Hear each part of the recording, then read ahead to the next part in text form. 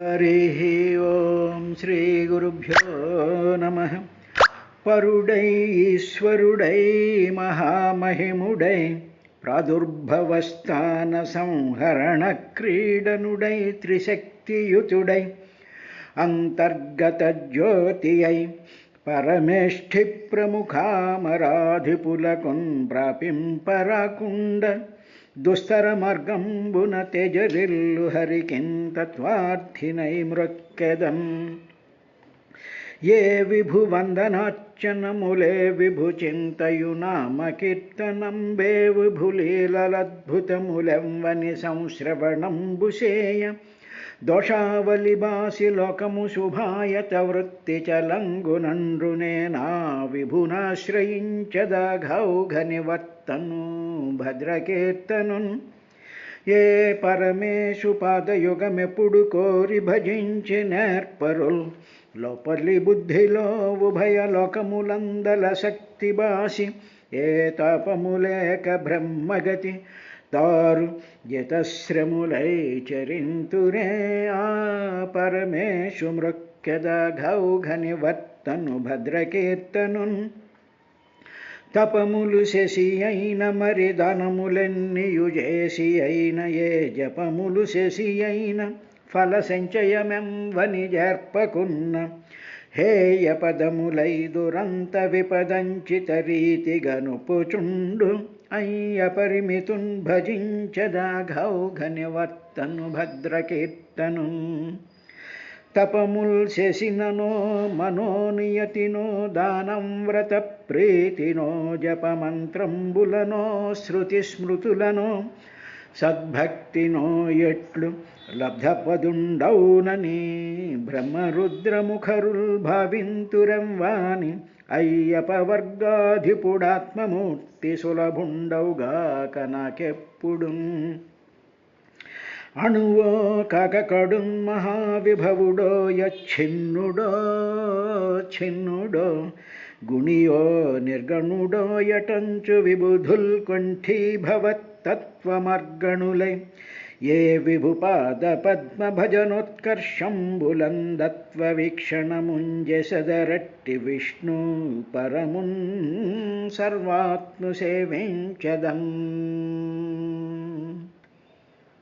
హరి ఓం శ్రీ గురుభ్యో నమః. ఓ ప్రాచీన బర్హి, మనోవ్యాధులు శరీర వ్యాధులు అనేటువంటివి మరణం అనేటువంటి ఆ యవన ప్రభువు యొక్క సైనికులయ్యా వాళ్ళు. వీళ్ళు ఏం చేస్తూ ఉంటారంటే వినాశనాన్ని చాలా తొందరగా ప్రవేశపెట్టేస్తూ ఉంటారు. ఎప్పుడైతే ఈ వ్యాధులు శరీర వ్యాధులు కానీ మనోవ్యాధులు కానీ పట్టుకునేటప్పటికీ పలు రకాలైనటువంటి జ్వరాలు వస్తూ ఉంటాయి. ఆ జ్వరాలే ఆ చండవేగుడు యొక్క తమ్ముడు అని చెప్పబడింది. ఈ విధంగా ఏవం బహువిధైర్దుఃఖైర్దైవభూతాత్మ సంభవై క్లిశ్యమానస్యతం వర్షం దేహే దేహీతమో వృత. దేహే దేహంలో దేహి ఈ జీవుడు తమః వృత అజ్ఞానం చేత కప్పబడిపోయాడయ్యా వీడు అన్నాడు. అంటే ఏమిటి? దేహము దేహి అనేటువంటి రెండు కాన్సెప్ట్స్ మనం జాగ్రత్తగా అర్థం చేస్తాం. దేహము అంటే ఇల్లు అనుకుందాం, దేహి అంటే ఆ ఇంట్లో ఉండేటువంటి యజమాని. అదేవిధంగా మానవుడి యొక్క దేహము, ఈ దేహములో దేహి అనేటువంటి ఒక జ్ఞానం ఉన్నది, ఒక వెలుగు ఉన్నది, ఒక సత్యం ఉన్నది, ఒక జ్ఞానం ఉన్నది. ఆ జ్ఞానం నిర్గుణము, ఆ సత్యం నిర్గుణము. ఆ సత్యం కానీ ఆ జ్ఞానం కానీ అది నిత్యంగా ఉండేటువంటిది కానీ అది ముక్తమైపోయినటువంటిది, అది బద్ధం కానటువంటి ఒకానొక గృహస్థు ఈ దేహము అనేటువంటి గృహంలో ఉన్నాడు. ఇప్పుడు ఆ దేహములో ఉండేటువంటి ఆ దేహి, ఆ సత్యం, ఆ జ్ఞానం, ఆ అనంతం, ఆ బ్రహ్మస్వరూపం ఏమవుతుంది అంటే శరీరంతో తాదాత్మ్యం చెందిపోతుంది. అలా తాదాత్మ్యం చెందిపోయినటువంటి ఆ జ్ఞానాన్ని జీవుడు అంటారు, దేహి అంటారు. అసలైనటువంటి దేహి ఎవరంటే ఆ జ్ఞానం అన్నమాట. కాబట్టి ఇది కొంచెం మనం జాగ్రత్తగా భావన చేసుకున్నట్లయితే ఏం జరుగుతుంది అంటే అప్పుడు మనం ఏం సాధన చేయాలి అనేటువంటి విషయం ఒకటి తెలుస్తుంది. ఇక రెండవది, ఈ దేహంతో తాదాత్మ్యం చెందిపోయినటువంటి ఆ జ్ఞానము, ఆ జ్ఞానం అంటే తెలుసుకునేటువంటి తత్వం, ఆ తెలుసుకునేటువంటి తత్వం ఏమైపోతుంది, ఇంద్రియాల ద్వారా వెళ్ళి అన్నీ తెలుసుకుంటుంది. కంటి ద్వారా వెళ్ళి మనకు అన్నీ తెలుస్తున్నాయిగా, ఆ జ్ఞానం అన్నమాట. ఆ జ్ఞానం ఏమవుతుంది, ఇంద్రియాల ద్వారా వెళ్ళి ఆ జ్ఞానాన్ని, ఆ తెలుసుకునేటువంటి వస్తువులన్నిటినీ తెలుసుకుంటోంది, నెంబర్ 1. రెండోది ఏమవుతుంది అంటే ఇవన్నీ నేను, నాది అనేటువంటి ఒక భావాన్ని మూటగడుతోంది మనసులోను, బుద్ధిలోను, చిత్తంలోను. కాబట్టి ఇప్పుడు దేహము, దేహి, ఈ దేహిలో ఉండేటువంటి అసలు జ్ఞానం ఒకటి ఉంది. ఆ అసలు జ్ఞానమేమో పరమాత్మ. ఆ అసలు జ్ఞానంలో నుంచే ఒక అంశ, ఒక పార్ట్ వెళ్ళి దేహంతో తాదాత్మ్యం చెందిపోయి మనోరూపంలో, బుద్ధి రూపంలో వచ్చి జీవుడు అనేటువంటి విధంగా పోతుంది. అంటే జీవుడు ఎవరంటే పరమాత్మయే. పరమాత్మలో ఉండేటువంటి ఒకానొక అంశ, ఒకానొక పార్ట్ ఆఫ్ దాట్ శరీరంలో కలిసిపోయి నేను శరీరము, నేను ఆత్మ, నేను కర్తను, నేను భోక్తను అనేటువంటి విధంగా మారిపోతుంది. ఇప్పుడు ఇలా శరీరం అనేటువంటిది ఏమిటంటే పంచభూతాలతో, పదార్థాలతో తయారు చేయబడి, ఈ పదార్థాలతో తయారు చేయబడినటువంటి ఈ దేహం సత్వరజస్తమో గుణాలు అనేటువంటి విధానాలతో ఏర్పడుతూ ఉంటుంది. ఇటువంటి విధంగా ఉండేటువంటి ఆ దేహి అంటే ఆ మిథ్యా నేను, అసలైనటువంటి నేను కాకుండా ఆ మిథ్యా నేను ఏం చేస్తూ ఉంటుందంటే క్లిశ్యమాన శతం వర్షే, క్లిశ్యమాన పీడింపబడుతూ ఉంటాడన్నమాట ఆ జీవుడు. 100 ఏళ్ల పాటు, శతం వర్షం 100 ఏళ్ల పాటు అలాగే పడుతూ ఉండడం వల్ల కారణం ఏంటంటే అజ్ఞాన తమః వృత, అజ్ఞానం చేత కప్పబడిపోయాడు. అంటే ఏమిటనమాట, ఈ మనసు, ఈ ఇంద్రియాలు ఇవి తీసుకొస్తున్నటువంటి ఇన్ఫర్మేషన్నే నిజం అనుకుని, అవే నిత్యం అనుకుని, మన శరీరమే నిత్యం అనుకుని, అందమే ఎప్పుడూ ఉంటుందనుకుని, ఇదే మన అనుభవాలే ఇవన్నీ ఉంటాయి అనేటువంటి దుప్పట్లు ఒకదాని మీద ఒకదానితో ఆ వెలుగుని కప్పేస్తూ ఉంటుంది. అంటే ఏమిటి, అక్కడ ఒక కొవ్వొత్తి వెలుగుతోంది అనుకోండి, ఆ కొవ్వొత్తి చుట్టూ ఒక పేపర్ వేసాం, ఓ పేపర్ చుట్టూ కప్పాం, ఇంకో పేపర్ కప్పాం, ఇంకో పేపర్ కప్పాం, ఇంకో పేపర్ కప్పాం. కప్పేటప్పటికి ఏమైపోతుంది, ఆ కొవ్వొత్తులో ఉండేటువంటి వెలుగు చుట్టూ ఈ పేపర్లు ఇలా కప్పడం మూలంగా అప్పుడు ఆ లోపల ఉండేటువంటి వెలుగుని మర్చిపోతాం. ఈ పేపర్లో నుంచి ఆ వెలుగు వస్తుంది. ఉల్లిపొర కాగితాలు అనుకోండి, ఆ కాగితాల్లోంచి వెలుగు వస్తూ ఉంటుంది. ఒక ఎర్ర పేపర్ కప్పేటప్పటికి నేను ఎర్రగా ఉన్నాను అని చెప్పి ఆ పేపర్లో నుంచి వెళ్ళినటువంటి లైట్ అనుకుంటూ ఉంటుంది. ఆ పేపర్ అనుకోదు, ఆ పేపర్లో నుంచి, ఉల్లిపొర కాగితంలో నుంచి, కొవ్వొత్తులో నుంచి వస్తున్న వెలుగు ఉల్లిపొర కాగితం అంతా వ్యాపిస్తుంది. ఇప్పుడు ఆ ఉల్లిపొర కాగితం ఎర్రదనుకోండి, అప్పుడు నేను ఎర్రగా ఉన్నాను అనుకుంటుంది. ఇప్పుడు అనుకునేటువంటిది ఏమిటి, ఆ లైట్ అన్నమాట. ఎర్ర పేపర్లో నుంచి వస్తూ ఉండేటువంటి లైట్ జీవుడు, ఆ వెలిగేటువంటి కొవ్వొత్తు మాత్రం పరమాత్మలో నుంచి ఆ వెలుగు వచ్చి ఎర్ర పేపర్ చుట్టూ వ్యాపించిపోయింది. అప్పుడు ఎర్ర పేపర్ అంటే నేను స్త్రీని, అదే ఏమనుకుంటే నేను అందంగా ఉన్నాను, నేను ముసల్దాన్ని అయ్యాను, నేను ముసలాడిని అయ్యాను, నేనేమో ఇది తింటున్నాను అని చెప్పి ఆ లైట్, ఆ ఎర్రగా మారిన లైట్ అలా అనుకుంటూ ఉంటుంది. అలాగే సకల ప్రాణులలోనూ హృద్దేశే తిష్టతి అర్జున, స్వయం జ్యోతి ప్రకాశంలో ఉండేటువంటి పరమాత్మ సప్తధాతువులతోనూ దశేంద్రియాలతోనూ కూర్చున్నటువంటి ఈ దేహంలోకి ఆ వెలుగు అలా వచ్చేసేసి ఆ తాదాత్మ్యం చెందిపోయి ఏం చేస్తుంటాడు, ఆది భౌతిక, ఆధ్యాత్మిక, ఆదిదైవిక సుఖ దుఃఖాలను అనుభవిస్తూ ఉంటాడు.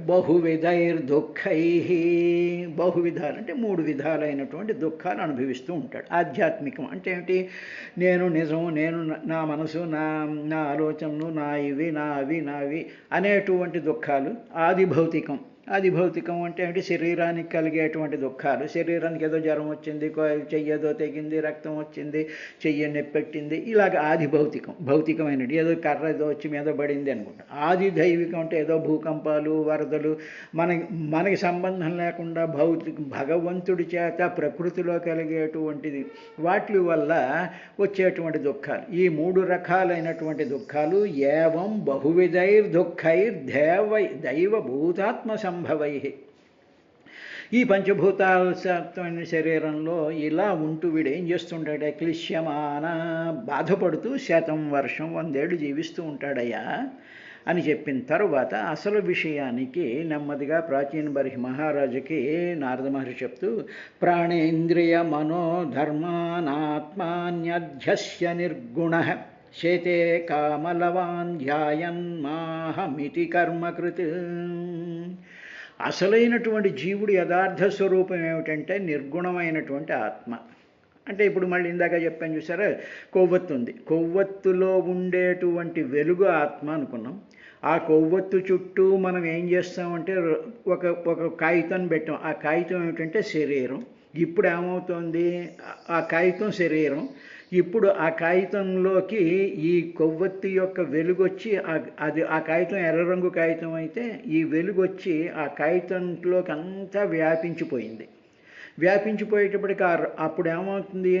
ఆ కాగితం అంతా ఎర్రగా కనిపిస్తుంది. ఎరుపు రంగు కాగితానికి ఉండేటువంటి లక్షణాన్ని బట్టి ఆ కొవ్వొత్తిలో నుంచి వచ్చినటువంటి కాంతి ఎర్రని కాంతిగా కనిపిస్తుంది. కానీ ఆ కాంతి మామూలుగా కొవ్వొత్తిలో ఉండేటువంటి ఆ వెలుగే కాగితం ఎర్రగా ఉండడం మూలంగా, అందులోకి ఇది ప్రవహించడం మూలంగా అప్పుడు ఏమవుతుంది? ఆ కాగితం నేను ఎర్రగా ఉన్నాను అనేటువంటి దానికి ఒక స్ఫురణ కలుగుతుంది, దానికి ఒక జ్ఞానం కలుగుతుంది. అదేవిధంగా మనిషి యొక్క దేహంలో ఉండేటువంటి ఆ స్వయం జ్యోతి ఏం చేస్తుందంటే, ఈ దేహంలోనికి వచ్చేటప్పటికి నేను స్త్రీ శరీరాన్ని, నేను పురుష శరీరాన్ని, నేను ఏనుగుని, నేను చెట్టుని, నేను పుట్టని అనుకుంటూ ఆ కాగితం లాంటి ఆ దేహంలోకి అది వస్తాం. కానీ ఆ లోపల ఉండేటువంటి వెలుగు మాత్రం తెల్లనైనటువంటి వెలుగే. అది నిర్గుణము. దానికేం గుణాలు లేవు, కాగితానికి మాత్రం గుణాలు ఉన్నాయి. కాగితం తెల్లగా ఉంది, నల్లగా ఉంది, ఇంకోలా ఉంది, అలా ఉంది, ఇంత పొడవు ఉంది, ఇంత వెడల్పు ఉంది, ఇంతకాలం బతికింది అనేటువంటివన్నీ గుణాలు ఆ కాగితానికి ఉన్నాయి, కానీ ఆ వెలుగుకి కాగితం లేవు. కాబట్టి ఇప్పుడు కాగితంలోకి వచ్చినటువంటి వెలుగు కూడా అసలైనటువంటి వెలుగే. అందువల్ల జీవుడు యథార్థమైనటువంటి స్వరూపం ఏమిటంటే నిర్గుణమైనటువంటి ఆత్మే. అంటే ఆ కాంతే కదా కాగితంలో పడింది. పడినటువంటి కాంతి యాక్చువల్గా ఆత్మ యొక్క స్వరూపమే అది. కానీ కాగితంలోకి రావడం మూలంగా అప్పుడు ఆ కాగితంలో ఉండేటువంటి వెలుగుకి ఆ వెలుగు ఏమవుతుంది? కాగితంలోంచి తాదాత్మ్యం చెందిపోయి నేను జీవుణ్ణి, నేను మనిషిని, నాకు ఈ సుఖదుఖాలు ఉన్నాయి అనుకుంటూ ఉంటుంది. పొరపాటున అజ్ఞానం చేత దాని చేత కలిసిపోయి ఉండడం వల్ల ఆ కాంతి అలా అనుకుంటుందయ్యా.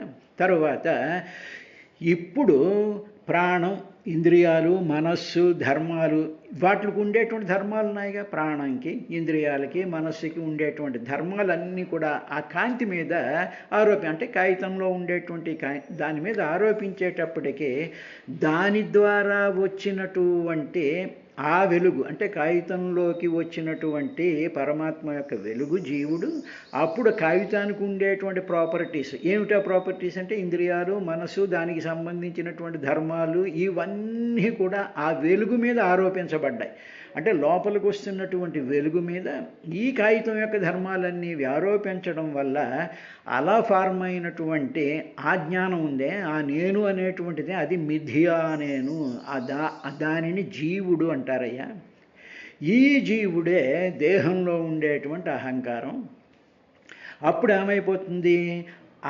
ఆ తెలివి దేహం సంబంధించినటువంటి వాటి యందు ఉండిపోయి దానితో మమకారం, నా దేహం, నా గుండె, నా చెవి, నా పోరు ఇదా ఉండేటప్పటికీ అప్పుడు ఏమనుకుంటుందంటే నేను కర్తను, నేనేమో ఈ పని చేస్తున్నాను, నేను ఆ పని చేస్తున్నాను, నేను ఈ కోరికలను ధ్యానిస్తూ ఉన్నాను, నేనేమో దీన్ని అనుభవిస్తూ ఉన్నాను అని చెప్పి ఆ దేహాన్ని ఉపాధికి దాన్ని ఒక సాధనం కింద చేసుకుని రకరకాలైనటువంటి కోరికల కోసం అని చెప్పి ఆ 100 ఏళ్ల పాటు కూడా వీడు పనిచేస్తూ ఉంటాడు. ఇలా ఉండి తాను అసలైనటువంటి స్వరూపాన్ని తాను మర్చిపోయి ఈ విధంగా ఉంటాడయ్యా అని చెప్తూ సేతే కామలవాన్ ధ్యాయన్.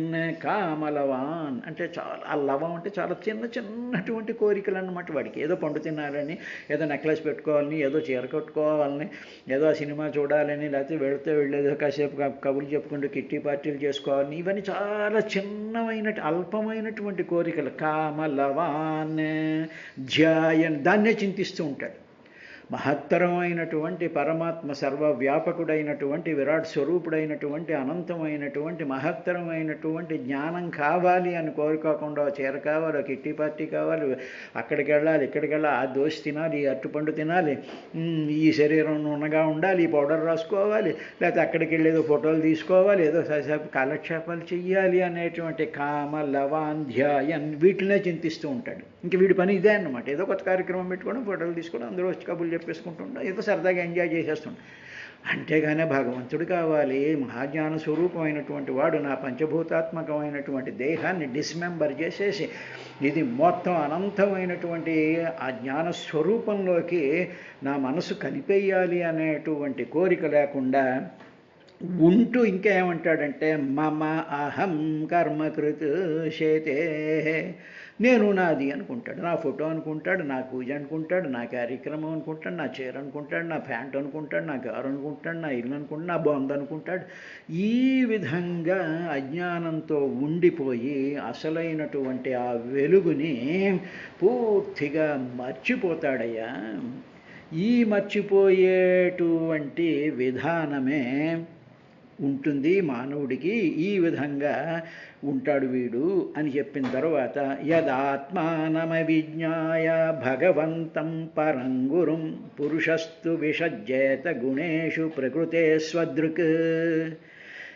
కానీ ఆ పురుషుడు ఉన్నాడా అంటే పూరింపబడినటువంటి వాడు, అన్నిట్లోనూ కూడా నిండిపోయినటువంటి వాడు పురుషుడు కదా. ఇప్పుడు మధ్యలో కొవ్వొత్తి అన్నాం, కొవ్వొత్తి చుట్టూ ఒక రంగు కాగితాలు పెట్టాం, ఒకదాని మీద రంగు కాగితాలు పెట్టాంగా. అలా 7 రంగుల కాగితాలు పెట్టామంటే సప్తధాతువులతో కూడుకున్నటువంటి దేహం. ఇది ఎగ్జాంపుల్. ఇప్పుడు ఆ లోపలుండేటువంటి ఇప్పుడు ఆ వెలుగు ఏమవుతుంది, అన్ని కాగితాల్లో పూర్తిగా నిండిపోతుందిగా. అలా నిండిపోయేటువంటి దాన్ని పురుషుడు అంటారు. ఆ పురుషుడున్నాడే, ఆ నిండిపోయేటువంటి పురుషుడు స్వదృక్కత్, స్వయం ప్రకాశ స్వరూపుడే. ఆయన స్వయం ప్రకాశుడే. ఆ స్వయం ప్రకాశుడైనటువంటి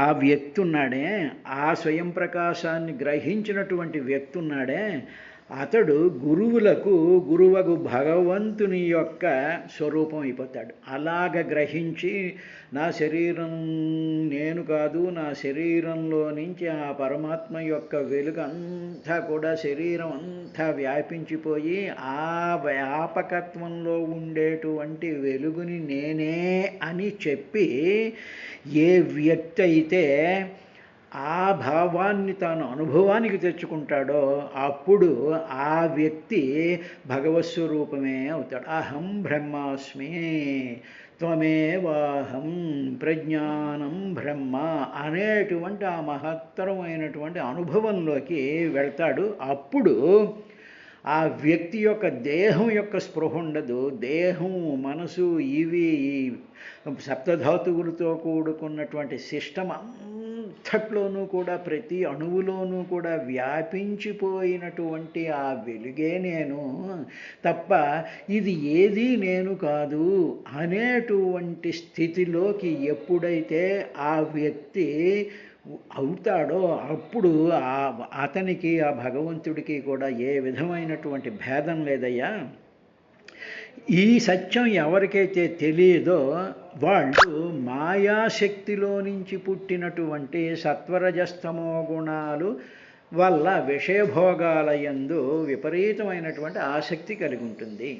అంటే ఇప్పుడు నేను పరమాత్మ స్వరూపమైనటువంటి తేజాన్ని, అనేటువంటి భావం మన మనసు నిండా వెలుగు నిండిపోయి నేనే ఒక వెలుగు కింద నేనున్నాను అంటే ఇప్పుడు ఈ కొవ్వొత్తు చుట్టూ పేర్చుకున్నటువంటి కాగితాలన్నీ కూడా వెలుగే అయిపోయాయి అనుకోండి.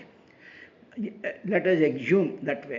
ఇవన్నీ కూడా వెలుగే అయిపోయాయి అనుకోండి. అదంతా కూడా ఒక స్వయం జ్యోతిలాగా అయిపోయింది అనుకోండి, ఒక వెలుగు కింద అయిపోయింది అనుకోండి. అప్పుడు ఏమవుతాయి, ఇంక దానికి కోరికలు ఉండవుగా, అదంతా వెలుగే కదా. కోరిక ఎక్కడొస్తుంది అంటే చుట్టూ ఆవరించుకున్నటువంటి కాగితాలకు వస్తుంది ఆ కోరికలు అనేటువంటి. ఆ కాగితాలు అంటే ఏమిటి, ఇంద్రియాలు, మనసు, బుద్ధి, చిత్తం, మనకు ఉండేటువంటి రకరకాలైనటువంటి భావాలు, ఇవన్నీ అన్నమాట. ఇవన్నీ కూడా ఒక వెలుగు కింద మారిపోయాయి అనుకోండి.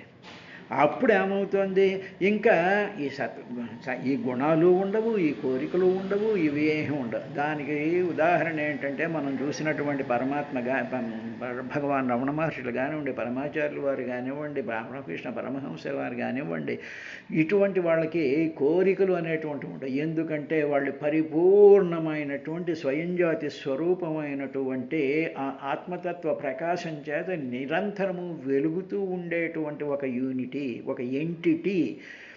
మనలాంటి వాళ్ళకి దేహంతో కనిపిస్తున్నట్టుగా ఉంటుంది, తింటున్నట్టుగా ఉంటుంది, పడుకున్నట్టుగా ఉంటుంది, నడుస్తున్నట్టుగా ఉంటుంది. కానీ ఆ నడిచే నడకంతా కూడా పరమాత్మ యొక్క వెలుగే, వాళ్ళు తినేటువంటి తిండంతా కూడా పరమాత్మ యొక్క వెలుగే, వాళ్ళు మాట్లాడేటువంటి మాటలన్నీ కూడా శబ్దబ్రహ్మ స్వరూపమైనటువంటి వాక్రూపాలే అవన్నీను. అందువల్ల వారికి భగవంతుడికి అటువంటి వాళ్ళని గురువు అంటారు. పరం గురుం భగవంతం. అటువంటి ఆత్మానం అవిజ్ఞాయ, ఆ విధంగా తెలుసుకున్నటువంటి స్వయం ప్రకాశ రూపమే తాను అని తెలుసుకునేటువంటి వాడే పరం గురుం, గురువులకు గురువైనటువంటి భగవంతుడు. అటువంటి విషయం అవిజ్ఞాయ తెలియకపోయినట్లయితే, మనలాంటి మానవులకు అటువంటి విషయం తెలియక అది అనుభవంలోకి రాకపోయినట్లయితే, ప్రకృతే గుణేషు విషజ్యేత, ప్రకృతిలో ఉండేటువంటి రకరకాలైనటువంటి గుణాల వెనకాల విశేషమైనటువంటి ఆసక్తి కలిగి ఉంటాం. విషజ్యేత, విశేషమైనటువంటి అంటే ఇంకా అన్కంట్రోలబుల్ క్యూరియాసిటీ మనకు డెవలప్ అయిపోతూ ఉంటుంది అనమాట. అన్నిటి మీద క్యూరియాసిటీ, సమస్త వస్తువు జాలాల మీద క్యూరియాసిటీ ఉంటుంది. అంటే ఏమిటనమాట, ఇంద్రియాలు, నీ సప్తధాతువులు, నీ ఆలోచనలు, నీ టేస్టులు, నీ ఆదర్శాలు, నీ ఆలోచనలు, ఇవన్నీ కూడా వైబ్రేట్ అయిపోయి నీ అసలైనటువంటి వెలుగు స్వరూపానివి నువ్వు అనేటువంటి భావాన్ని పక్కకు తోసేసి, ఇవే నిజం అనుకుని, ఇవే శాశ్వతం అనుకుని, ఇవే నిత్యం అనుకుని, ఇవే ఈ ఫోటోలే, ఈ కొత్త కార్యక్రమాలే, ఇవే మనకి జీవితానికి ఎంతో ఇదిగా కలిగిస్తున్నాయి అనేటువంటి విషయంలోకి ఈ మాయాశక్తి ఒక్కసారి పుష్ చేస్తుంది, లోపల తోసేస్తుంది. తోసేసేటప్పటికీ ఇలాగ వీడు 100 ఏళ్ళు పాటు కూడా ఆ అజ్ఞానంలో ఉండిపోతాడు. బాగానే ఉంది, పోనీ ఇంకా ఆసక్తి మాత్రం ఉంది. అక్కడేమైంది, ఇక్కడేమైంది, అక్కడే ఉంది, ఇది ఇలా ఉందేమిటి, అది అలా ఉందేమిటి, ఇది ఎందుకు ఇలా ఉండకూడదు, అదేమిటి, ఇదేమిటి. వాడు సైంటిస్ట్ అయినా కానివ్వండి, ఎవడైనా కానీ ఎటొచ్చి ఏంటంటే, సైంటిస్ట్ ఏం చేస్తూ ఉంటాడంటే, ప్రకృతి మీద ఆసక్తి కలిగి ప్రకృతిలో ఉండేటువంటి అంతరాలలోకి వెళ్ళి చూస్తూ ఉంటే, ప్రకృతిని చూస్తూ ఉంటాడు, అబ్జర్వ్ చేస్తూ ఉంటాడు, వాటి యొక్క గుణాలను కనిపెడుతూ ఉంటాడు, దాని గుణాలను అర్థం చేసుకుంటూ ఉంటాడు. ఇలాగ అర్థం చేసుకుంటూ బాహ్య ప్రకృతిలో ఉండేటువంటి వస్తుజాలాల లోపలికి వెళ్తూ ఉండేటప్పటికి దాని యొక్క మూలాన్ని కనుక్కోవడానికి ఆ సైంటిస్ట్కి అవకాశం కలుగుతుంది. పూర్వం మహర్షులందరూ కూడా ఆ విధమైనటువంటి సైంటిస్టులే. కానీ సాధారణమైనటువంటి మానవులు ఆ అంతరాల్లోకి వెళ్ళరు. ఈ చీర బాగుంది, బాగానే ఉంది, చాలా బాగుంది, బాగానే ఉంది అంతే.